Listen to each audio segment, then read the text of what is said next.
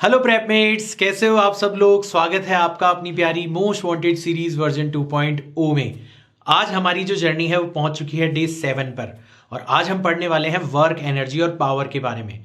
Last video में पढ़ा था फोर्स के बारे में, आज पढ़ रहे हैं वर्क, एनर्जी और पावर के बारे में। ये दोनों क्वांटिटीज, फोर्स और एनर्जी, ये दोनों क्वांटिटीज सेंटर पिलर हैं फिजिक्स के। अगर आप इन दोनों के कंसेप्ट्स को अच्छे से एब्जॉर्ब कर लेते हो तो शायद फिर फिजिक्स के अंदर आपको कभी भी कठिनाई नहीं महसूस होगी, क्योंकि 11th और 12th की फिजिक्स जो आप पढ़ते हो उसमें सारा का सारा खेल जो है वो इन्हीं दोनों क्वांटिटीज के अराउंड खेला जाता है। तो बिना किसी देरी के शुरुआत करते हैं आज का वीडियो। मैंने जो स्लेट है अपनी वो बिल्कुल ब्लैंक रखी है, क्योंकि आज जो है कंसेप्ट्स आपको सिखाए जाने वाले हैं जो कि इंपॉर्टेंट हैं आप सभी के लिए और थ्रू आउट फिजिक्स आपके काम आने वाले हैं, राइट। तो सबसे पहले तो अपन सीखेंगे वर्क के बारे में। वर्क एक फिजिकल क्वांटिटी है जो कि फोर्स और डिस्प्लेसमेंट इन दोनों के डॉट प्रोडक्ट के द्वारा डिफाइन करी जाती है। क्योंकि डॉट प्रोडक्ट या स्केलर प्रोडक्ट के द्वारा डिफाइन करी जा रही है तो ऑब्वियसली एक ऐसी क्वांटिटी होगी, स्केलर क्वांटिटी होगी, ठीक है। और स्केलर क्वांटिटी है, इसका मतलब ये मत समझ लेना कि ये हमेशा पॉजिटिव होती है। वर्क पॉजिटिव भी हो सकता है, नेगेटिव भी हो सकता है और जीरो भी हो सकता है। तो तीनों केसेस आपको ध्यान रखने हैं। वर्क जो है पॉजिटिव होगा अगर फोर्स और डिस्प्लेसमेंट के बीच का एंगल लेस देन 90 डिग्री हो। वर्क नेगेटिव होगा अगर एंगल ग्रेटर देन 90 डिग्री हो। और वर्क जीरो भी हो सकता है अगर थीटा कितना हो जाए, 90 डिग्री के इक्वल हो जाए। तो तीनों ही तरीके के वर्क आपको मिल सकते हैं। आगे समझ में, जैसे सपोज करो ये कोई टेबल है और इसके ऊपर ये एक ब्लॉक रखा हुआ है। ये इसके ऊपर फोर्स लगाया जा रहा है और भी फोर्सेस लग रहे हैं इसके ऊपर। mg लग रहा है डाउनवर्ड डायरेक्शन में, नॉर्मल फोर्स लग रहा है अपवर्ड डायरेक्शन में। अगर ये रफ सरफेस है और आप डिस्प्लेसमेंट इस डायरेक्शन के अंदर करवा रहे हो तो एक फोर्स F फ्रिक्शन फोर्स लग रहा है इस डायरेक्शन में। तो सबसे पहले तो ध्यान रखना, वर्क का जब भी क्वेश्चन आता है तो आप हमेशा ये क्वेश्चन पूछना कि यार वर्क किसके द्वारा पूछा जा रहा है। जैसे यहाँ पे 4 अलग अलग क्वेश्चन पूछे जा सकते हैं कि बताओ work done by normal force कितना होगा। अब नॉर्मल फोर्स और डिस्प्लेसमेंट के बीच में एंगल कितना है, 90, तो आप डायरेक्ट बता दोगे 0 होगा। Work done by gravitational force कितना होगा। अब ग्रेविटेशनल फोर्स और डिस्प्लेसमेंट एक दूसरे से 90 डिग्री पर है तो ये भी हमेशा कितना हो जाएगा, 0। Work done by capital F force कितना होगा। तो अगर इन दोनों के बीच का एंगल थीटा है जो कि आपको ऑब्वियसली दिखाई दे रहा होगा लेस देन 90 डिग्री है, तो ये हो जाएगा F multiplied by X multiplied by cos theta. Positive work का एग्जांपल हो गया। और अगर आपसे पूछे कि बताओ वर्क डन बाय फ्रिक्शन कितना होगा, तो फ्रिक्शन इधर लग रहा है, डिस्प्लेसमेंट इधर लग रहा है, दोनों के बीच का एंगल 180 डिग्री है। कॉस 180 डिग्री की वैल्यू -1 होती है, तो वर्क आ जाएगा आपका नेगेटिव Fx। तो तीनों तरीके के वर्क आपको दिखाई देंगे, राइट। जीरो भी हो सकता है, पॉजिटिव भी हो सकता है और नेगेटिव भी हो सकता है। तो ये सबसे इंपॉर्टेंट चीज है। चैप्टर की शुरुआत हमने सबसे इंपॉर्टेंट चीज के साथ करी है, राइट। ये लो, फिर इस फॉर्मूले के ऊपर भी जब आप ध्यान दोगे तो यहां पे आपको 2 केस बनते हुए दिखाई देंगे। अगर आपका फोर्स कांस्टेंट है थ्रू आउट मोशन, अगर आपका फोर्स कांस्टेंट है तो आप डायरेक्ट डॉट प्रोडक्ट कर सकते हो, किसका, फोर्स का और डिस्प्लेसमेंट का। और अगर आपका फोर्स वेरिएबल है, हर पोजीशन के ऊपर वेरी कर रहा है, तो उस कंडीशन में आपको इंटीग्रेशन करना पड़ेगा फोर्स और डिस्प्लेसमेंट का। आई होप आपको ये दोनों केसेस समझ में आ गए होंगे। अगर कांस्टेंट है तो डायरेक्ट डॉट प्रोडक्ट, अगर वेरिएबल है तो इंटीग्रेशन। इंटीग्रेशन की ग्राफिकल मीनिंग मैंने आपको बताई थी, एरिया अंडर दी कर्व। मैंने ग्राफ का एक अलग से वीडियो बनाया था और मैंने बताया था कि आपको इसके अंदर पढ़ाए जाने वाले जो कंसेप्ट है वो पूरी की पूरी फिजिक्स के अंदर आपका साथ नहीं छोड़ेंगे और नीट के लिए बहुत इंपॉर्टेंट है ग्राफिकल सेक्शन, राइट। तो यहाँ पे क्वेश्चन ऐसा भी आ सकता है कि फोर्स और डिस्प्लेसमेंट के बीच का ग्राफ दिया जा सकता है आपको और फिर पूछा जा सकता है कि बताओ वर्क कितना होगा। तो आप समझ जाना, एरिया अंडर द कर्व जो होगा वो ही किसको रिप्रेजेंट करेगा, आपके वर्क को रिप्रेजेंट करेगा। तो वर्क के चारों तरफ की जितने भी इंफॉर्मेशन है वो आपको इस छोटे से सेक्शन के अंदर सिमटी हुई नजर आने लगी होगी, राइट। वर्क के ऊपर कैसा भी क्वेश्चन हो वो पक्का इससे बाहर नहीं जाने वाला। जब हम क्वेश्चंस करेंगे तो आपको ये अपने आप ही पता चल जाएगा। इसके बाद में हम जो पढ़ते हैं, नेक्स्ट सेक्शन जो हम पढ़ने वाले हैं वो है एनर्जी के बारे में। ठीक है, चलो अब एनर्जी जो होती है वो सबसे पहले तो ये पूछा जाएगा कि बताओ होती ही क्या है। तो आप किसी भी ऑब्जेक्ट के ऊपर फोर्स तब ही लगा पाते हो ना जब आपके पास में एनर्जी होती है, यानी कि ability to do work, ability to produce force is called energy, right. ये डेफिनेशन सबने पढ़ी हुई है, बचपन से पढ़ी हुई है, एबिलिटी टू डू वर्क। अब बहुत अलग अलग तरीके की एनर्जीज हो सकती है, बहुत अलग अलग तरीके की। तो हम प्राइमरीली दो एनर्जीज को बहुत अच्छे से सीखेंगे। एक तो कहलाएगी काइनेटिक एनर्जी, ये हाफ एम वी स्क्वायर के इक्वल होती है। इसके लिए पार्टिकल का किसी वेलोसिटी v से मूव करना जरूरी होता है, यानी कि उसके पास मोमेंटम होना चाहिए। तो मोमेंटम की फॉर्म में इसको लिखा जा सकता है p स्क्वायर अपॉन 2m, या फिर half p multiplied by v। ये अलग अलग तरीके हैं काइनेटिक एनर्जी को लिखने के। तो जब भी आपको कोई ऑब्जेक्ट मोशन करता हुआ नजर आए तो समझ जाना उसके पास में काइनेटिक एनर्जी है, क्योंकि मोशन एक frame of reference dependent phenomena है। इसका मतलब है आपकी काइनेटिक एनर्जी किसके ऊपर डिपेंड करेगी, फ्रेम ऑफ रेफरेंस के ऊपर डिपेंड करेगी। छोटी छोटी बातें मगर मोटी बातें, राइट। अब अपन बात करते हैं पोटेंशियल एनर्जी के बारे में। देखो पोटेंशियल एनर्जी जो है, एक तो हर फोर्स के केस में पोटेंशियल एनर्जी डिफाइन नहीं करी जाती। आपके फोर्स भी दो हिस्सों में डिवाइड किए जा सकते हैं। एक तरीके के फोर्स कहलाते हैं कंजर्वेटिव फोर्स, जैसे ग्रेविटेशनल फोर्स हो गया, स्प्रिंग फोर्स हो गया, इलेक्ट्रोस्टैटिक फोर्स हो गया, मैग्नेटिक फोर्स हो गया। सारे के सारे फोर्सेस कंजर्वेटिव फोर्स हैं।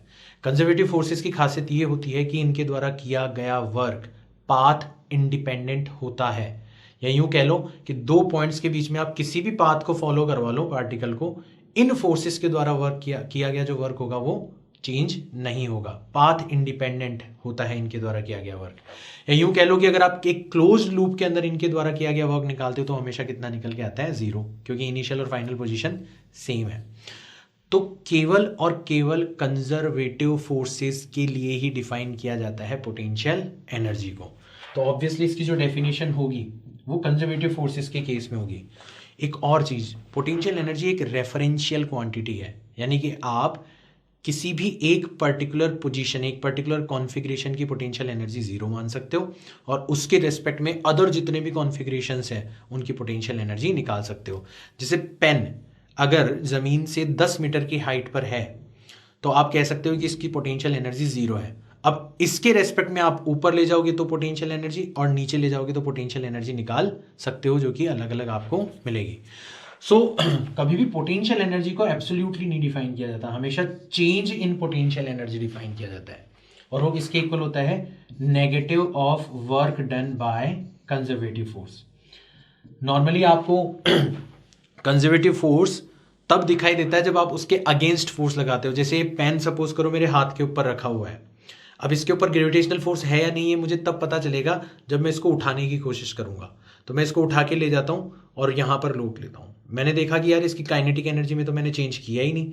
तो when you are not changing kinetic energy, right, एक कॉन्फ़िगरेशन था तब ये मेरे हाथ पे रखा हुआ था, एक कॉन्फ़िगरेशन है जब ये मेरे हाथ से थोड़ा सा ऊपर रखा हुआ है। So in these two configuration you are not changing the kinetic energy. यहाँ पे भी स्टेशनरी था, यहाँ पे भी स्टेशनरी है, you are only changing the potential energy. तो चेंज इन पोटेंशियल एनर्जी जो होता है वो negative of work done by conservative force होता है, और ऑब्वियसली जब आप काइनेटिक एनर्जी चेंज नहीं कर रहे तो ये ही positive of work done by external agent होता है। तो दोनों में से किसी भी तरीके से डिफाइन कर सकते हो। और अगर फोर्स की फॉर्म में लिखना चाहो तो ये आपका हो गया कंजर्वेटिव फोर्स, और ये हो गया आपका डिस्प्लेसमेंट। नॉर्मली इनफाइनाइट यानी कि वह पोजीशन जहां पर आपका फोर्स 0 हो जाता है, पोटेंशियल एनर्जी 0 मानी जाती है, और ये किसी भी पोजीशन r। तो आप एब्सोल्युटली r पोजीशन के ऊपर when you have taken potential energy 0 at infinity potential energy निकाल सकते हो। ठीक है ना, ये अलग अलग चीजें हैं, इनको अपन डिटेल में पढ़ते रहेंगे। यहां पे दो तरीके की पोटेंशियल एनर्जीज आपको ध्यान में रखनी है।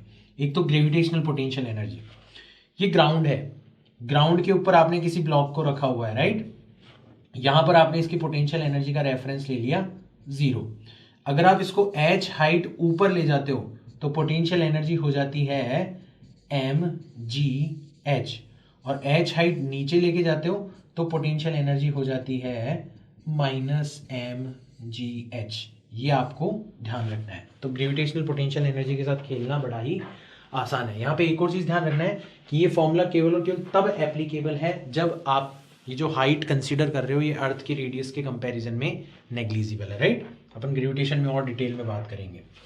और एक है स्प्रिंग पोटेंशियल एनर्जी। ये आपका स्प्रिंग है और इससे बंधा हुआ है एक ब्लॉक। नॉर्मली जब ये अपने नेचुरल लेंथ पर होती है तो पोटेंशियल एनर्जी मानी जाती है 0। अब आप इसको सपोज करो स्ट्रेच कर दोगे, कितना स्ट्रेच कर दिया आपने, x स्ट्रेच कर दिया, तो पोटेंशियल एनर्जी आ जाएगी, क्योंकि आप स्प्रिंग फोर्स के अगेंस्ट वर्क कर रहे हो, और वो होगी ½ kx स्क्वायर के इक्वल। और अगर आप इसको सपोज करो कंप्रेस कर दोगे तो भी पोटेंशियल एनर्जी होगी ½ kx स्क्वायर, राइट।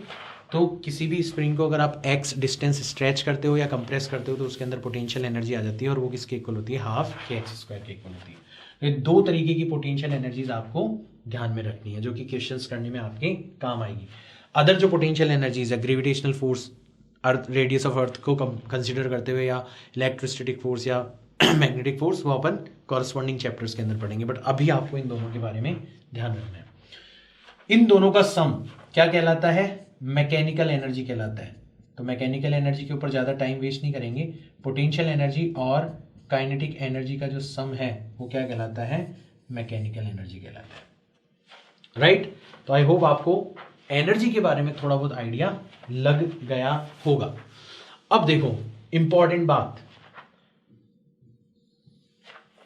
बात ये है कि एनर्जी की वजह से फोर्स प्रोड्यूस होता है और फोर्स की वजह से फिर वर्क होता है। तो एनर्जी और वर्क के बीच में कुछ ना कुछ रिलेशन होना चाहिए, और इसी रिलेशन को डिफाइन करती है आपकी वर्क एनर्जी थ्योरम। क्या होती है work energy theorem? Work energy theorem बहुत आसान चीज है। ये आपको कहना चाहती है कि आपका amount of work done by net force या फिर net work done bye all the forces on the object, ये हमेशा चेंज इन काइनेटिक एनर्जी के इक्वल होता है, यानी कि final kinetic energy minus initial kinetic energy के इक्वल होता है। वेरी गुड, कोई दिक्कत नहीं है। फिर आप एक और थ्योरम पढ़ते हो जिसको अपन कहते हैं कंजर्वेशन ऑफ मैकेनिकल एनर्जी। अब ध्यान देना, ये जो कंजर्वेशन ऑफ मैकेनिकल एनर्जी है ये वर्क एनर्जी थ्योरम का ही एक छोटा बच्चा है, एक स्पेसिफिक केस है। वर्क एनर्जी थ्योरम तो हर केस के अंदर अप्लाई की जा सकती है, but conservation of mechanical energy केवल और केवल तब अप्लाई की जाती है जब सिस्टम के अंदर वर्क करने वाले सारे के सारे फोर्स क्या हो, कंजर्वेटिव फोर्स हो। क्योंकि मैकेनिकल एनर्जी में छुपी हुई है पोटेंशियल एनर्जी, और पोटेंशियल एनर्जी केवल और केवल कंजर्वेटिव फोर्सेस के लिए डिफाइन करी जाती है। तो conservation of mechanical energy is only applicable when all the forces are conservative, and it says that the net mechanical energy of the system will remain conserved, यानी कि final mechanical energy will always be equal to initial mechanical energy. आगे समझ में कोई दिक्कत नहीं है, but it is only applicable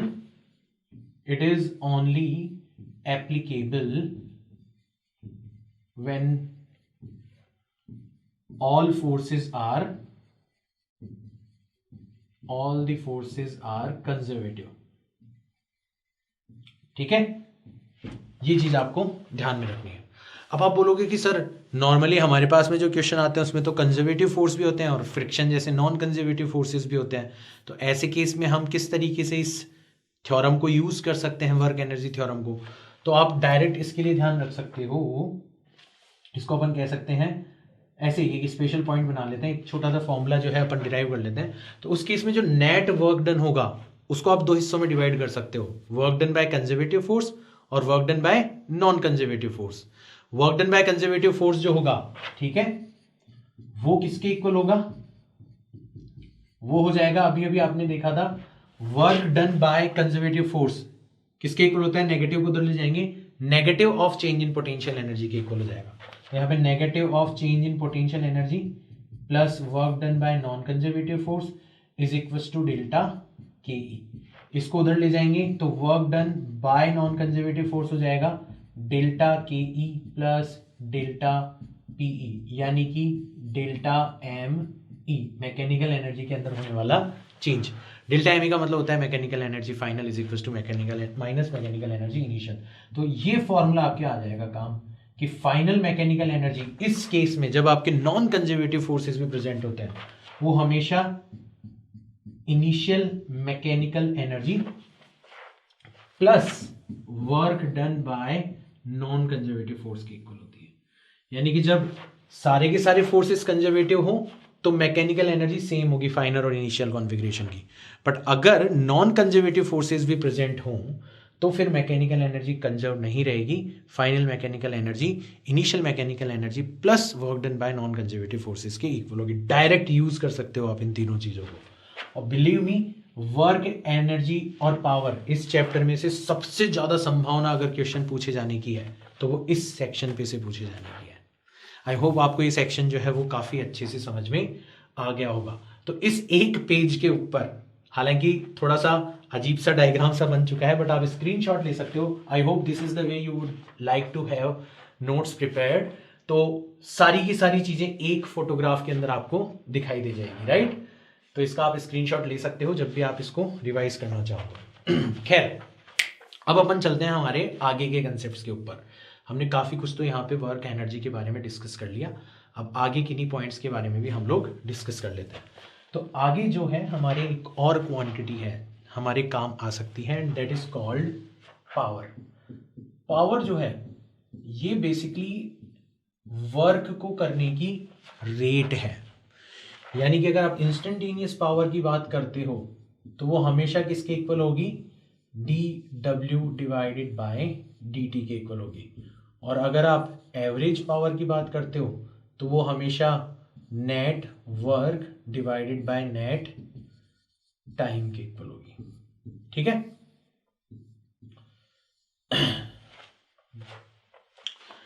power की जो एसआई यूनिट है वो वॉट है, और वर्क की जो एसआई यूनिट है और एनर्जी की जो एसआई यूनिट है वो जूल है।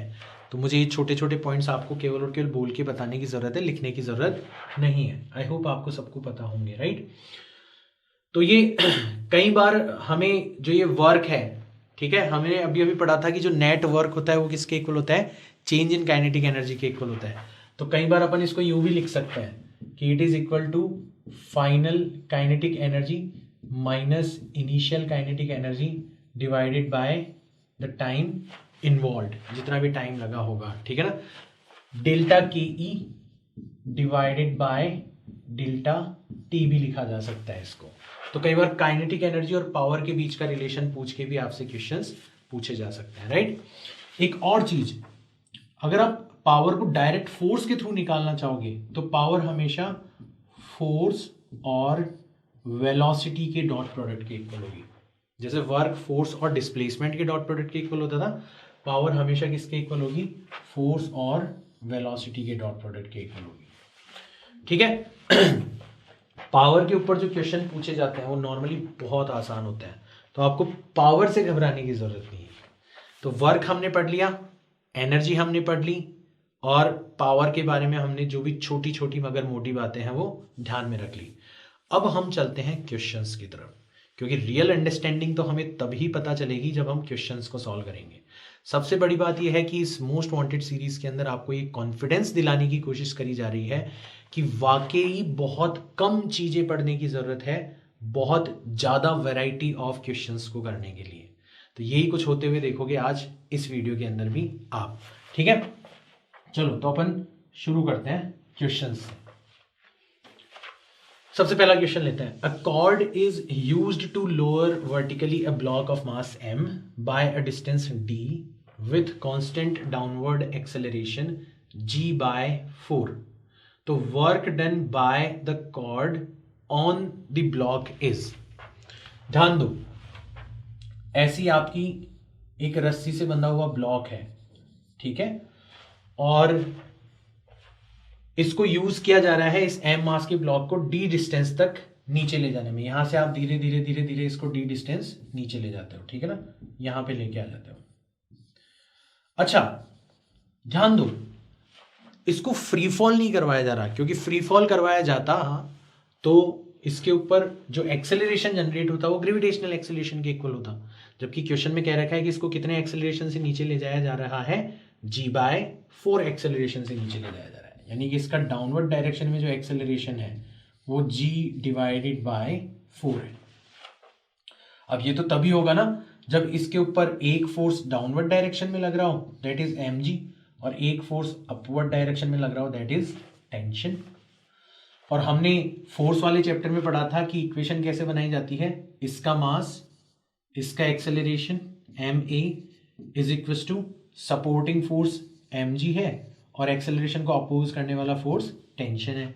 तो यहां से टेंशन की वैल्यू आ जाएगी, इसको इधर ले आते हैं, तो mg minus mg divided by 4, तो 3mg डिवाइडेड बाय 4 हो जाएगा।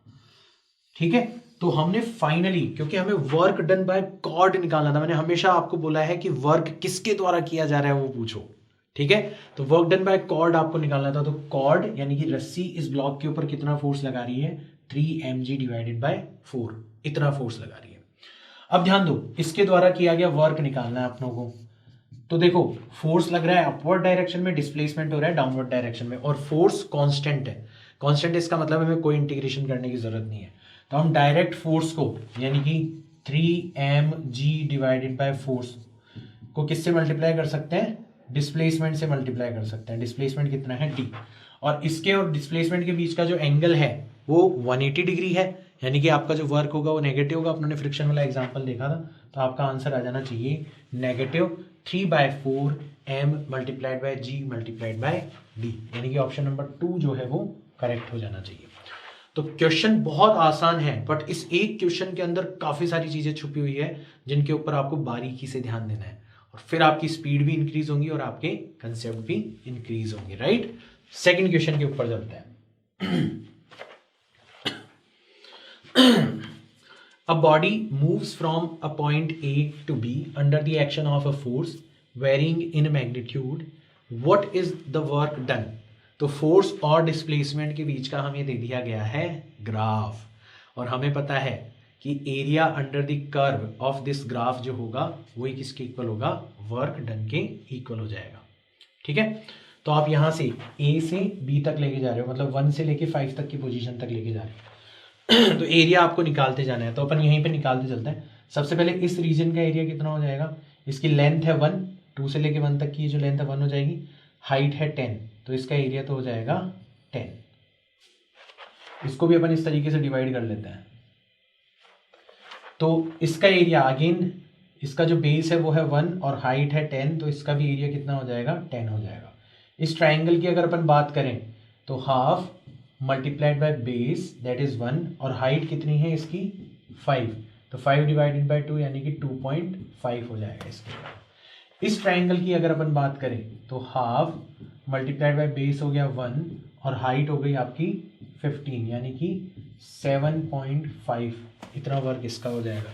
और अगर इसकी बात करें तो इसका वर्क हो जाएगा हाफ, बेस है 1 और हाइट है आपकी कितनी, आई होप ये -15 तक जारी होगी, तो देखते हैं ऑप्शन से मैच करवा लेंगे, -15, तो ये आ जाएगा -7.5। तो नेट वर्क डन किसके इक्वल होगा, इस टोटल एरिया को ऐड कर लेंगे।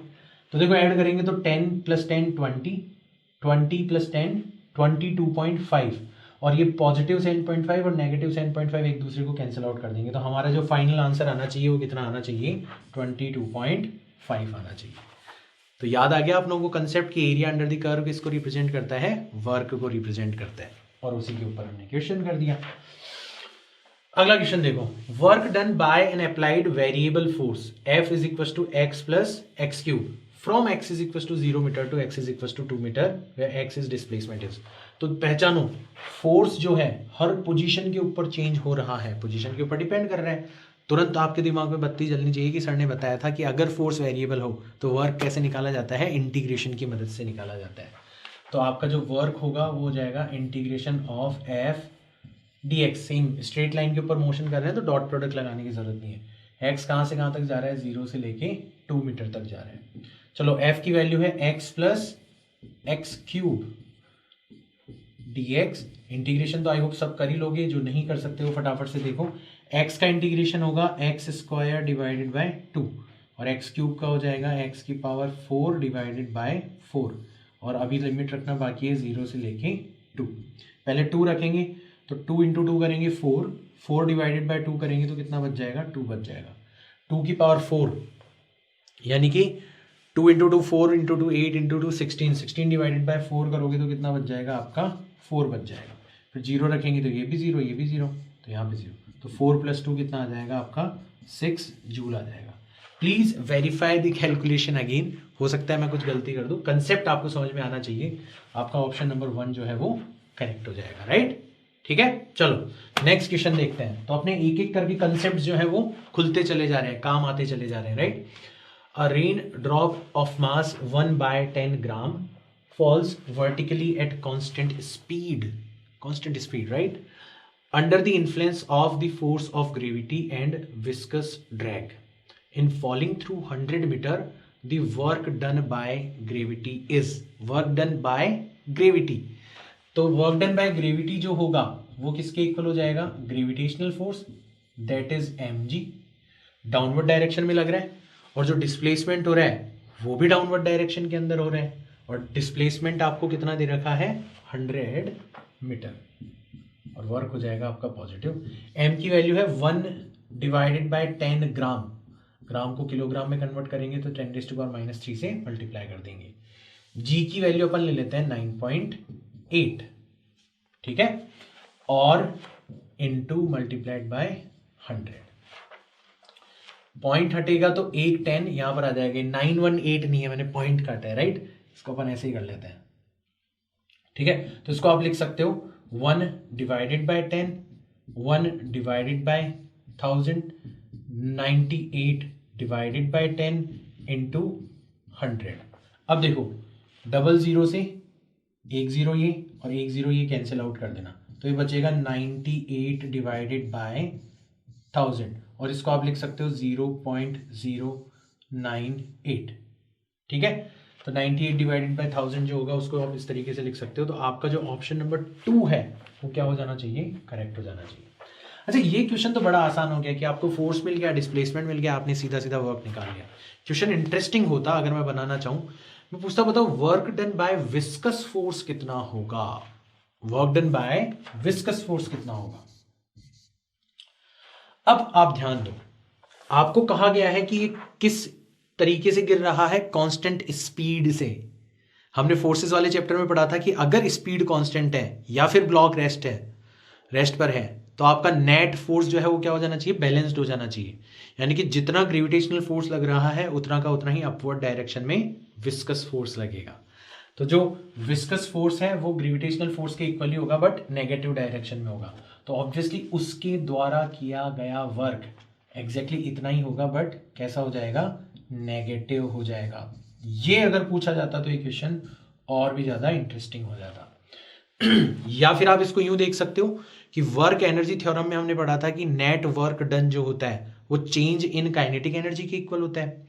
नेट वर्क डन का मतलब है work done by gravity plus work done bye viscous force, और चेंज इन काइनेटिक एनर्जी तो 0 है क्योंकि आपकी स्पीड कांस्टेंट है।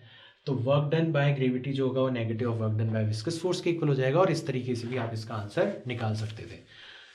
क्यों इंटरेस्टिंग हो जाएगा, क्योंकि अगर आपसे विस्कस फोर्स का वर्क पूछा जाता तो आप विस्कस फोर्स को ढूंढने निकलते हैं, और विस्कस फोर्स को ढूंढना फिर आपके लिए थोड़ा सा मुश्किल हो जाता, ठीक है ना, उसका कोई फॉर्मूला वगैरह तो होता नहीं है। तो this question is very interesting, right. चलो नेक्स्ट क्वेश्चन पे आते हैं अपन। A body of mass 2 kilogram is projected with an initial velocity of 5 meter per second along a rough horizontal table. The work done on the body by the frictional force before it is brought to rest is. तो हमने पढ़ा था कि work done by net force जो होता है वो किसके इक्वल होता है, चेंज इन काइनेटिक एनर्जी के इक्वल होता है। अब आपकी सिचुएशन कुछ ऐसी है कि ये टेबल है, ये ब्लॉक है, आपकी इनिशियल स्पीड आपको दे रखी है 5 मीटर पर सेकेंड, इसके ऊपर एक फोर्स लग रहा है फ्रिक्शन, एक लग रहा है mg और एक लग रहा है n, और ये धीरे धीरे धीरे धीरे धीरे धीरे धीरे धीरे स्लाइड करता है और यहाँ पे आके क्या हो जाता है, स्टॉप हो जाता है। अब देखो इस दौरान नॉर्मल फोर्स ने तो कोई वर्क किया नहीं क्योंकि वो डिस्प्लेसमेंट के परपेंडिकुलर है, mg ने कोई वर्क किया नहीं क्योंकि वो डिस्प्लेसमेंट के परपेंडिकुलर है। तो आपका जो नेट वर्क डन होगा वो किसके द्वारा वर्क किया गया वर्क हो जाएगा, फ्रिक्शन के द्वारा किया गया वर्क हो जाएगा। तो फ्रिक्शन के द्वारा जो किया गया वर्क है वो नेगेटिव होगा क्योंकि फ्रिक्शन इधर है, डिस्प्लेसमेंट इधर है, डिस्प्लेसमेंट अपन मान लेते हैं x, तो negative f multiplied by x, ये तो किसके इक्वल हो गया, नेट वर्क डन के इक्वल हो गया। ठीक है, इसी को अपन कह सकते हैं work done by frictional force, यही तो हो गया work done by frictional force. और ये किसके इक्वल होना चाहिए, चेंज इन काइनेटिक एनर्जी, तो फाइनल काइनेटिक एनर्जी तो हो जाएगी 0, राइट, फाइनल काइनेटिक एनर्जी तो हो जाएगी 0 माइनस इनिशियल काइनेटिक एनर्जी हो जाएगी half multiplied by mass that is 2 multiplied by speed का स्क्वायर दैट इज 25, 2 से 2 कैंसिल हो जाएगा, तो work done by frictional force जो होगा वो किसके इक्वल आ जाएगा, -25 जूल के इक्वल आ जाएगा, -25 जूल के इक्वल आएगा। ठीक है, तो खैर नेगेटिव आंसर इन्होंने कंसीडर किया नहीं होगा क्योंकि ये एक्सप्लिसिटली इसको स्पेसिफाई कर रहे हैं कि work done by frictional force before it brought to rest, मतलब वो रेस्ट पर लाने का काम कर रहा है। तो आपका मैग्नीट्यूड कितना होगा, 25 जूल हो जाएगा। इस क्वेश्चन को भी इंटरेस्टिंग बनाया जा सकता है, कैसे कि आपको मास दे दिया गया है, आपको ग्रेविटेशनल एक्सेलरेशन भी पता है, तो नॉर्मल फोर्स किसके इक्वल हो जाएगा, mg के इक्वल हो जाएगा क्योंकि वर्टिकल डायरेक्शन में कोई मोशन हो नहीं रही, फोर्सेस बैलेंस कर देंगे। तो जो फ्रिक्शन होगा वो होता है म्यू इंटू एन, यानी कि f की वैल्यू हो जाएगी म्यू इंटू एम इंटू जी। आपको m पता है, g पता है, x आपसे फाइंड आउट करने के लिए कहा जा सकता है म्यू दे के, या फिर म्यू आपसे फाइंड आउट करने के लिए कहा जा सकता है x दे के। डिस्टेंस दे देगा आपको कि भाई इतनी डिस्टेंस के बाद में स्टॉप हो जाता है, तो बताओ इसका फ्रिक्शनल कोफिशिएंट कितना होगा, या फिर म्यू दे के आपसे पूछा जा सकता है कि बताओ कितने डिस्टेंस पर स्टॉप होगा, तब ये क्वेश्चन और भी ज़्यादा इंटरेस्टिंग बनाया जा सकता है। ठीक है ना, तो एक ही क्वेश्चन पर अपन 3-4 क्वेश्चन बना के सीखने की कोशिश कर रहे हैं और इसी तरीके से आपको इन्वेस्टिगेट करना चाहिए चीजों के ऊपर, right. A bullet fired into a trunk of tree loses 1/4 of its kinetic energy in travelling a distance of 5 centimetre, before stopping it travels a further distance of this. तो देखो ये जो क्वेश्चन है ना, इसको आप 2 पार्ट्स के अंदर डिवाइड कर सकते हो। कैसे 2 पार्ट्स के अंदर डिवाइड कर सकते हो, ये आपकी बुलेट है, राइट, और ये ये किसी काइनेटिक एनर्जी के साथ इस ब्लॉक के अंदर एंटर करती है। अब आप देखते हो कि जब ये 5 सेंटीमीटर चल चुकी होती है, यहां से लेके यहां तक कितना चल चुकी है, ये 5 सेंटीमीटर चल चुकी है, ये 1/4 of its kinetic energy lose कर चुकी है, यानी कि यहां पर आते आते इसकी काइनेटिक एनर्जी रह जाएगी 3k/4, और अल्टीमेटली हम यहां से यहां तक टोटल मानते हैं कि x डिस्टेंस तक चलती है, तो यहां पे आकर इसकी पोटेंशियल एनर्जी हो जाती है 0।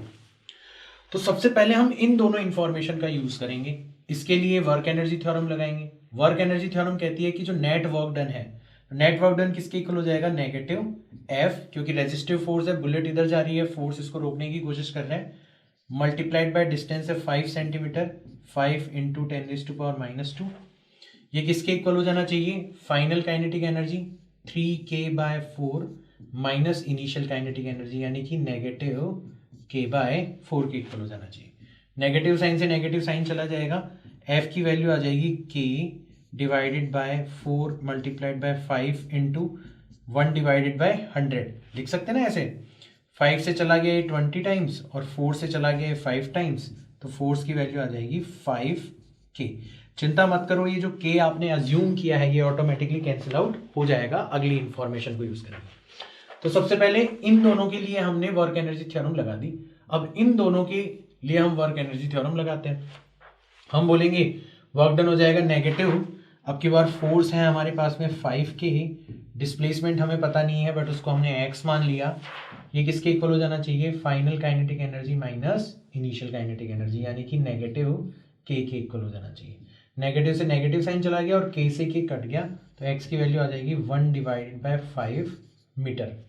मीटर को सेंटीमीटर में कैसे कन्वर्ट करते हैं अपन, 100 से मल्टीप्लाई कर देंगे, तो 5 से 100 कैंसिल आउट होके ये आंसर आ जाएगा 20 सेंटीमीटर।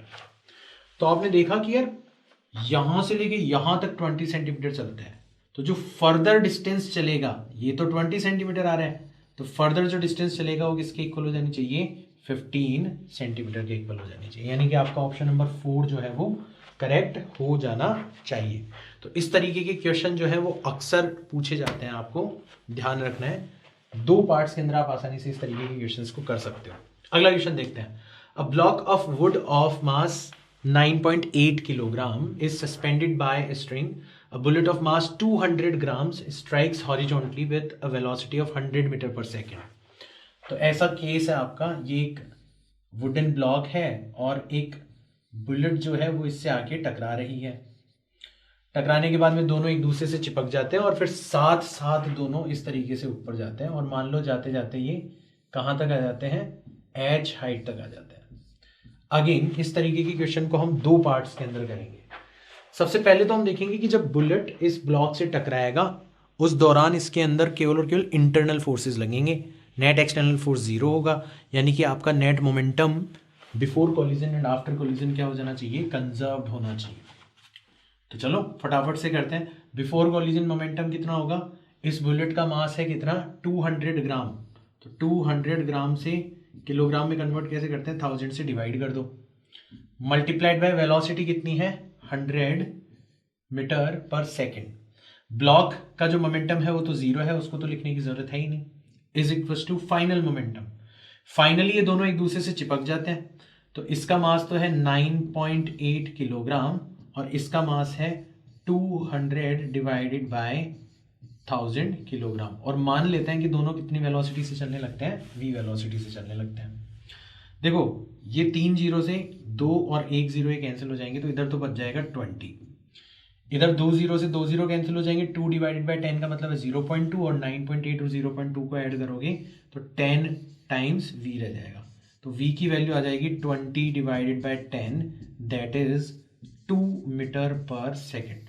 पहला पार्ट तो ये हो गया कि टकराने के बाद में दोनों ब्लॉक कितनी वेलोसिटी से मूव करते हुए दिखाई देंगे, 2 मीटर पर सेकंड से मूव करते हुए दिखाई देंगे। अब देखो अगला जो हिस्सा है उसमें हम लगाएंगे कंजर्वेशन ऑफ मैकेनिकल एनर्जी, क्योंकि केवल और केवल ग्रेविटेशनल फोर्स वर्क कर रहे हैं और ग्रेविटेशनल फोर्स कंजर्वेटिव फोर्स है, तो कंजर्वेशन ऑफ मैकेनिकल एनर्जी लगाया जा सकता है। तो यहां पर नीचे जब ये दोनों थे तो यहाँ पे काइनेटिक एनर्जी कितनी हो जाएगी, इनकी हाफ, मास हो जाएगा दोनों का मिला के 10, वेलोसिटी ताजा ताजा निकालिए 2, उसका स्क्वायर हो जाएगा 4, और पोटेंशियल एनर्जी आप कहीं भी 0 ले सकते हो, तो यहाँ पे आप 0 ले लो। तो काइनेटिक एनर्जी तो निकल के आ जाएगी, 2 से 4 कैंसिल हो जाएगा, 20 जूल निकल के आ जाएगी। ये काइनेटिक एनर्जी आ गई। यहाँ पे देखोगे तो स्टॉप हो चुका है सिस्टम आपका, काइनेटिक एनर्जी 0 और पोटेंशियल एनर्जी आ जाएगी आपकी। टोटल मास है कितना, 10, ग्रेविटेशनल एक्सेलरेशन 10 और h अपनों को निकालना है, यानी कि 100h। Conservation of mechanical energy के अकॉर्डिंग इन दोनों का सम और इन दोनों का सम आपस में इक्वल होना चाहिए, यानी कि 20 किसके इक्वल हो जाना चाहिए, 100h के इक्वल हो जाना चाहिए। तो h की वैल्यू आ जानी चाहिए 20 डिवाइडेड बाय 100, 0 से 0 यानी कि 0.2 आपका आंसर आ जाना चाहिए। इतनी डिस्टेंस तक ये आपको दोनों साथ साथ जाते हुए दिखाई देंगे, right. A vertical spring with force constant k is fixed on a table. A ball of mass m at a height h above the free upper end of the spring falls vertically on the spring so that the spring is compressed by a distance d. The net work done in this process is. तो situation ऐसी है कि आपको एक spring दे रखी है, vertically mounted है, और इसके ऊपर h हाइट से एक ब्लॉक, एक बॉल जो है वो गिराई जा रही है जिसका मास m है, ठीक है। और उसकी वजह से फिर ये कंप्रेस हो जाती है, कितनी डिस्टेंस के लिए, d डिस्टेंस के लिए कंप्रेस हो जाती है इस तरीके से। तो इस प्रोसेस में जो नेट वर्क है वो कितना होगा ये आपसे पूछा जा रहा है। देखो सबसे पहले तो ध्यान दो कि जब ये इनिशियली ड्रॉप करी जा रही थी तब भी इसकी काइनेटिक एनर्जी 0 थी, और जब ये फाइनली इसको कंप्रेस करके यहाँ इस पर्टिकुलर मोमेंट पर देखोगे यहाँ पे भी काइनेटिक एनर्जी 0 होगी। नेट वर्क डन हमेशा किसके इक्वल होता है, चेंज इन काइनेटिक एनर्जी के इक्वल होता है। तो अगर ऑप्शन 0 दिया हुआ होता तो आपको ऑप्शन 0 के ऊपर टिक करना था, पहली चीज तो, बट वो तो है नहीं, आपसे किसी अदर तरीके से आंसर मांगा गया है। तो उसके लिए आप क्या करोगे, आपको तो नेट वर्क डन निकालना है। आपको पता है यहाँ पे 2 फोर्सेस लग रहे हैं, एक तो वर्क डन बाय ग्रेविटी निकाल लो, एक work done bye spring force निकाल लो और आपका काम आसान हो जाएगा। वर्क डन बाय ग्रेविटी जो होगा वो पॉजिटिव होगा, क्योंकि ग्रेविटेशनल फोर्स भी डाउनवर्ड डायरेक्शन में है और डिस्प्लेसमेंट भी डाउनवर्ड डायरेक्शन में होगा। तो ये हो जाएगा mg और टोटल डिस्प्लेसमेंट कितना हो गया h प्लस d। तो ये तो वर्क डन बाय ग्रेविटी हो गया। और work done bye spring force जो होगा वो नेगेटिव होगा, क्योंकि जब आप स्प्रिंग को कंप्रेस करते हो तो स्प्रिंग फोर्स कंप्रेशन के अपोजिट डायरेक्शन के अंदर लगता है और उसकी वैल्यू हो जाएगी -12 kd²। तो ये आपका क्या हो जाना चाहिए, नेट वर्क डन हो जाना चाहिए। अभी तो क्वेश्चन में ये पूछा गया है तो हम इसका ऑप्शन टिक कर देंगे, ऑप्शन नंबर 2।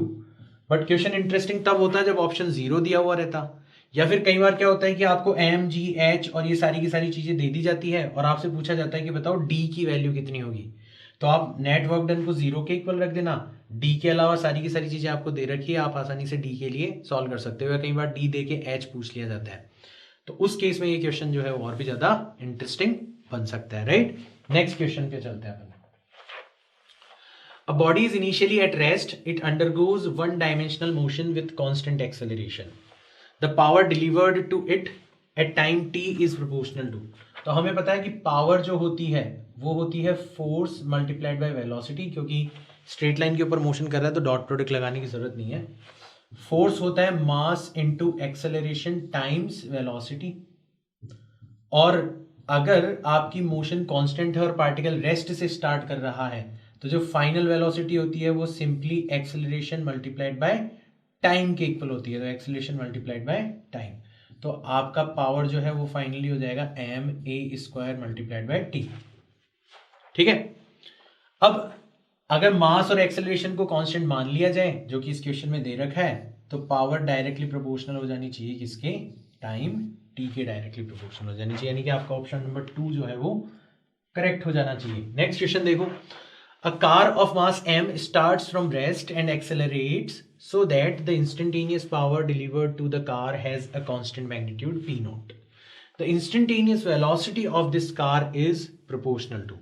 अब क्वेश्चन उल्टा पूछा गया है, रेस्ट से स्टार्ट हुई है और एक्सेलरेट हो रही है, ना जाने कांस्टेंट भी हो सकता है और वेरिएबल भी हो सकता है, बट आपकी पावर जो है वो आपकी बार क्या है, कांस्टेंट है। तो आपसे पूछा गया है कि बताओ वेलोसिटी किसके प्रोपोर्शनल होगी। तो हमें पता है पावर जो होती है वो होती है फोर्स मल्टीप्लाइड बाय वेलोसिटी।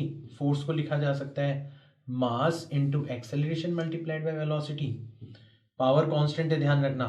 और एक्सेलरेशन को लिखा जा सकता है dv divided by dt times velocity. तो ये हो जाएगा p divided by m times dt is equals to v dv। Power constant है, p0 दे रखी है, हर जगह p0 कर लो। मास कांस्टेंट है, दोनों तरफ डिफरेंशियल फॉर्म में तो अपन इंटीग्रेशन कर सकते हैं, ये 0 से लेके t तक और ये 0 से लेके v तक। रेस्ट से स्टार्ट हुआ है इसलिए इनिशियल वेलोसिटी 0 ले ली। तो आ जाएगा p0 अपॉन m, dt का इंटीग्रेशन करोगे t, लिमिट्स रखोगे तो सिंपली आ जाएगा t, और यहाँ पे करोगे तो v² डिवाइडेड बाय 2। तो v की जो फाइनल वैल्यू आ रही है वो निकल के आ रही है √2 p0 t divided by m, यानी कि वेलोसिटी आपको डायरेक्टली प्रोपोर्शनल नजर आ रही है टाइम की पावर हाफ। √t को आप क्या लिख सकते हो, पावर हाफ भी लिख सकते हो, यानी कि आपका ऑप्शन नंबर 2 जो है वो करेक्ट हो जाना चाहिए। ऑप्शन नंबर 4 भी हल्का हल्का करेक्ट सा लग रहा है, बट वहां पे t जो है वो रूट के अंदर नहीं दिया हुआ, इसलिए अपन उसको नेग्लेक्ट कर देंगे, राइट। अगला क्वेश्चन देखो। अच्छा, इसी क्वेश्चन के अंदर ये क्वेश्चन और इंटरेस्टिंग बनाया जा सकता था जब इसी क्वेश्चन के अंदर आपसे पूछा जाता, जैसे वेलोसिटी का टाइम के ऊपर प्रोपोर्शनलिटी और इनवर्स प्रोपोर्शनलिटी पूछी गई है, वैसे आपसे पूछा जाता कि बताओ डिस्टेंस किसके प्रोपोर्शनल होगी। तो उस केस में आप क्या करते, तो उस केस में आप यहां तक तो पहुंच चुके हो कि v जो हो जाएगा वो √2 p0 t divided by m के इक्वल हो जाएगा, और v को आप किसके इक्वल रख दोगे, dx डिवाइडेड बाय dt के इक्वल रख दोगे। तो dx केवल और केवल किसके इक्वल हो जाएगा, ये तो कांस्टेंट है, ठीक है, और यहाँ पे √t dt, दोनों तरफ अपन इंटीग्रेशन कर ही सकते हैं, 0 से लेके x तक, 0 से लेके t तक। तो इधर तो इंटीग्रेशन करोगे तो x आ जाएगा, ये तो कांस्टेंट चीज है, इसको तो रहने दो यहाँ पे 2 p0 अपॉन m। और √t का अगर आप इंटीग्रेशन करोगे तो इंटीग्रेशन का रूल कहता है कि पावर हो जानी चाहिए +1, तो हाफ है तो हाफ +1 करोगे तो कितनी हो जाएगी 3/2, और इंक्रीज पावर से डिवाइड कर देंगे, यानी कि 3/2 से डिवाइड कर देंगे तो 2/3 आ जाएगा। बाकी सब कांस्टेंट है, तो x किसके डायरेक्टली प्रोपोर्शनल नजर आ रहा है आपको? t की पावर 3/2 के डायरेक्टली प्रोपोर्शनल नजर आ रहा है। तो इस क्वेश्चन के अंदर ये दोनों चीजें पूछी जा सकती है, आपको कहीं ना कहीं आपको इस तरीके का क्वेश्चन भी पूछा जा सकता है। तो वेलोसिटी तो टाइम की पावर हाफ के डायरेक्टली प्रोपोर्शनल होगी, और जो डिस्टेंस ट्रेवल्ड है वो टाइम की पावर 3/2 के डायरेक्टली प्रोपोर्शनल होगी। The potential energy of 1 kilogram particle free to move along x-axis is given by this. The total mechanical energy of the particle is this, and then the maximum speed is. अब देखो इस question के अंदर 3-4 चीजों को connect करना है हमें। सबसे पहले तो हमें पोटेंशियल एनर्जी दे रखी है, इसका मतलब है जो भी फोर्सेस लग रहे हैं वो कंजर्वेटिव है। कंजर्वेटिव फोर्सेस लग रहे हैं, इसका मतलब नेट मैकेनिकल एनर्जी कंजर्व रहनी चाहिए। नेट मैकेनिकल एनर्जी कंजर्व रहनी चाहिए, इसका मतलब है पोटेंशियल एनर्जी और काइनेटिक एनर्जी का सम कंजर्व रहना चाहिए। इसका मतलब है कि जहां पर पोटेंशियल एनर्जी मिनिमम होगी वहां पर काइनेटिक एनर्जी मैक्सिमम होनी चाहिए, तो क्योंकि दोनों का सम कांस्टेंट रहना चाहिए, राइट। यानी कि जहां पर पोटेंशियल एनर्जी मिनिमम होगी वहां पर काइनेटिक एनर्जी मैक्सिमम होगी, और जहां पर काइनेटिक एनर्जी मैक्सिमम होगी वहां पर आपकी वेलोसिटी भी मैक्सिमम हो जानी चाहिए, और वही आपसे पूछी जा रही है। तो अल्टीमेटली जब आप इन सारी चीजों को कनेक्ट करोगे तो आपको पता पड़ जाएगा कि हमें फाइनली वो पोजीशन निकालनी है जहां पर पोटेंशियल एनर्जी मिनिमम है। अब पोटेंशियल एनर्जी मिनिमम कहां है ये निकालने के लिए आपको किसके कंसेप्ट का यूज करना पड़ेगा? मैक्सिमा मिनिमा के कंसेप्ट का यूज करना पड़ेगा। बेसिक मैथ्स के अंदर हमने सीखा था, उसने कहा था कि कोई भी क्वांटिटी की मैक्सिमम मिनिमम वैल्यू निकालनी है तो पहले उसका क्या कर लो? डिफरेंशिएशन कर लो। तो हो जाएगा 4x³ divided by 4 minus 2x divided by 2, 2 से 2 चला गया, 4 से 4 चला गया, x³ माइनस x, फिर उसको 0 के इक्वल रख दो। फिर आपको कुछ वैल्यूज मिलेंगी, जैसे यहाँ पे x की वैल्यू 0 मिली, x की वैल्यू 1 मिली और x की वैल्यू -1 मिली। फिर आप डबल डिफरेंशिएशन करो, ठीक है। डबल डिफरेंशिएशन करोगे तो आ जाएगा 3x² माइनस 1। फिर हर पॉइंट के ऊपर जो वैल्यूज आपको मिली थी डबल डिफरेंशिएशन की वैल्यू निकालो। तो यहाँ पे x इज इक्वल टू 0 पर तो आ जाएगी डबल डिफरेंशिएशन की वैल्यू, जैसे 0 रखेंगे -1, और x is equal to 1 and x is equal to -1, इन दोनों पर ही डबल डिफरेंशिएशन की जो वैल्यू है वो कितनी निकल के आएगी? Positive, that is 2। फिर मैंने बताया था जहां पे नंबर नेगेटिव निकल के आता है वहां पर मैक्सिमा पाया जाता है। नेगेटिव होने पर यहां पर मैक्सिमा एग्जिस्ट करेगा, यानी कि यहाँ पे पोटेंशियल एनर्जी मैक्सिमम होगी। और जहां पर पॉजिटिव आता है वहां पर क्या पाया जाता है? मिनिमा पाया जाता है। मतलब यहाँ पे x इज इक्वल टू 1 और x इज इक्वल टू -1, इन दोनों जगह पर आपकी पोटेंशियल एनर्जी क्या हो जाएगी? मिनिमम हो जाएगी। तो अब हमें पता पड़ गया कि पोटेंशियल एनर्जी की जो मिनिमम वैल्यू है वो कहां पर होगी? x इज इक्वल टू 1 और -1 पर, और वो हो जाएगी 1/4 माइनस 1/2, दैट इज -1/4। हमें पता है मैक्सिमम काइनेटिक एनर्जी और मिनिमम पोटेंशियल एनर्जी, इन दोनों का सम कितना होना चाहिए? 2, यानी कि मैक्सिमम काइनेटिक एनर्जी हो जानी चाहिए 2। ये -1/4 रखेंगे, उधर जाके +1/4 हो जाएगा, यानी कि मैक्सिमम काइनेटिक एनर्जी हो जाएगी आपकी 9/4। काइनेटिक एनर्जी को अपन लिख सकते हैं हाफ, मास है 1 इंटू वेलोसिटी का स्क्वायर, यानी कि वेलोसिटी हो जाना चाहिए 3/√2। 2 से 4 कैंसिल हो जाएगा और वो रूट के अंदर रह जाएगा, तो ऑप्शन नंबर 1 जो है वो करेक्ट हो जाना चाहिए। Last question, system shown in figure is release from rest when spring is unstretched. Unstretched थी, अचानक से छोड़ दिया तो धीरे धीरे नीचे जाने स्टार्ट होगा। Pulley and spring is massless, friction is absent everywhere. The speed of the 5 kilogram block, तो जैसे जैसे नीचे जाएगा तो इसकी स्पीड बढ़ती जाएगी। When 2 kilogram block leaves the contact, तो आपको उस क्षण पर, उस मोमेंट पर इसकी स्पीड बतानी है जब 2 किलोग्राम का ब्लॉक इसको जस्ट छोड़ के ऊपर उठना स्टार्ट होगा। क्वेश्चन को ढंग से विजुअलाइज करो। आप स्ट्रिंग अनस्ट्रेच्ड है, इसको जैसे छोड़ोगे तो ये नीचे जाना स्टार्ट करेगा, बट इसके ऊपर कोई असर नहीं पड़ेगा। क्यों? क्योंकि स्प्रिंग स्ट्रेच हो रही है। जितनी स्प्रिंग स्ट्रेच हो रही है उतना स्प्रिंग के अंदर टेंशन फोर्स जनरेट हो रहा है, वो की वो टेंशन यहां पर लग रही है, टेंशन फोर्स बढ़ रहा है। धीरे धीरे टेंशन फोर्स कितना हो जाएगा? एक मोमेंट के ऊपर टेंशन फोर्स हो जाएगा इसके वेट के इक्वल, दैट इज 20 न्यूटन के ऊपर। वहां पर ये उठना स्टार्ट कर देगा, यानी कि आपका स्प्रिंग के अंदर जो टेंशन जनरेट हो रहा है kx, वो किसके इक्वल हो जाना चाहिए? 20 न्यूटन के इक्वल हो जाना चाहिए। तो x की वैल्यू आ जानी चाहिए 20, k आपको दे रखा है 40, यानी कि 1/2। यानी कि जब आपका ब्लॉक 1/2 मीटर नीचे जा चुका होगा, स्प्रिंग 1/2 मीटर स्ट्रेच हो चुकी होगी, तब आपका ये ब्लॉक ऊपर उठना स्टार्ट होगा और उस मोमेंट पर आपको इसकी स्पीड निकालनी है। अब स्पीड निकालने के लिए हम देखेंगे कि यार फोर्सेस तो सारे के सारे कंजर्वेटिव है, यानी कि आपकी नेट मैकेनिकल एनर्जी कंजर्व्ड रहनी चाहिए, राइट। और या फिर आप वर्क एनर्जी थ्योरम लगा सकते हो कि जो नेट वर्क डन होगा वो किसके इक्वल हो जाना चाहिए, चेंज इन काइनेटिक एनर्जी के इक्वल हो जाना चाहिए। तो नेट वर्क डन कैसे निकालेंगे अपन, सबसे पहले अपन फोर्सेस पकड़ेंगे। तो इसके ऊपर लग रहा है ग्रेविटेशनल फोर्स, तो उसका वर्क हो जाएगा mass into gravitational acceleration into distance, कितनी हो जाएगी 1/2। ग्रेविटेशनल फोर्स भी डाउनवर्ड डायरेक्शन में, ये भी डाउनवर्ड डायरेक्शन में जा रहा है, इसलिए वर्क कैसा आ गया, पॉजिटिव आ गया। प्लस एक कौन सा फोर्स लग रहा है इसके ऊपर, स्प्रिंग, ये डाउनवर्ड डायरेक्शन में जा रहा है और स्प्रिंग इसको वापस से ऊपर लेके जाना चाहती है, ठीक है। तो स्प्रिंग के द्वारा किया गया जो वर्क होगा वो नेगेटिव होगा और उसकी वैल्यू हो जाएगी -12 k हो जाएगा 40 इंटू x², मतलब 1/4। यही तो दो फोर्सेज है यहाँ पर। तो ये जो नेट वर्क आपने निकाला है ये किसके इक्वल आना चाहिए, चेंज इन काइनेटिक एनर्जी के इक्वल आना चाहिए। तो शुरुआत में तो काइनेटिक एनर्जी 0 थी और बाद में कितनी हो गई, 12m, m की जगह अपन डायरेक्ट क्या रख दें, 5 रख देते हैं, इंटू v², और इनिशियली कितनी थी, 0। अब तो हमारे पास में सारी चीजें आ गई, हम आसानी से किसकी वैल्यू निकाल सकते हैं, v की वैल्यू निकाल सकते हैं। ये 2 से 10 कट जाएगा, 5 और 5 हो जाएगा 25, यहाँ पे 4 से 40 कैंसिल हो जाएगा और 2 से 10 कैंसिल हो जाएगा, तो बचेगा -5, और यहाँ पे बच जाएगा 5 / 2 टाइम्स v²।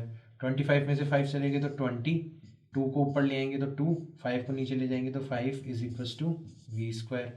5 से 20 कैंसिल हो जाएगा 4, 4 × 2 8, और 8 का अंडर रूट आप लिख सकते हो आसानी से 2√2, यानी कि इसकी स्पीड जो होगी वो कितनी हो जाएगी, 2√2 मीटर/सेकंड हो जाएगी।